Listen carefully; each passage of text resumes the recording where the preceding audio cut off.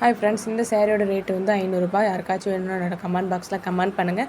இதே மாதிரி நிறையா வீடியோஸ் என்னோடய யூடியூப் சேனலில் போட்டிருக்கேன். என்னோடய வீடியோஸ் பிடிச்சிருந்துச்சுன்னா லைக் பண்ணுங்கள், ஷேர் பண்ணுங்கள், சப்ஸ்கிரைப் பண்ணுங்கள். ஸோ உங்களுக்கு நீங்கள் எடுக்கலனாலும் பரவாயில்ல, உங்களோட ஃபேமிலி ஃப்ரெண்ட்ஸ்க்கு ஷேர் பண்ணி விடுங்க.